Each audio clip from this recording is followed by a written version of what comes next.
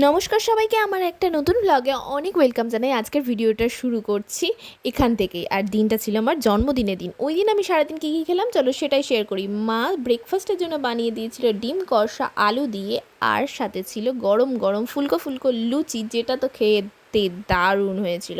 আর দুপুরের লাঞ্চে ছিল তো অনেক কিছু, ভাত, পেঁয়াজ, লেবু, বেগুন ভাজা, শাক ভাজা, মাছ ভাজা, পটল ভাজা, আলু ভাজা, মাছের মাথা দিয়ে ডাল, পুঁইশাক আলু চিংড়ি দিয়ে তরকারি, কাতলা কালিয়া, মাটন যার মধ্যে ছিল গোটা রসুন, আর ছিল পায়েস, 6 রকমের মিষ্টি, মিষ্টি দই। চাটনি পাঁপড়টা মিসিং, কারণ ওটা বারণ করেছিলাম। এগুলো খেয়ে তো আমার নড়ার অবস্থা ছিল না। তার মধ্যেই বন্ধুরা আয়োজন করেছিল একটা সারপ্রাইজে, যেটা পেয়ে আমি তো খুব খুশি হয়েছিলাম। আর এটা পুরো আনএক্সপেক্টেড ছিল।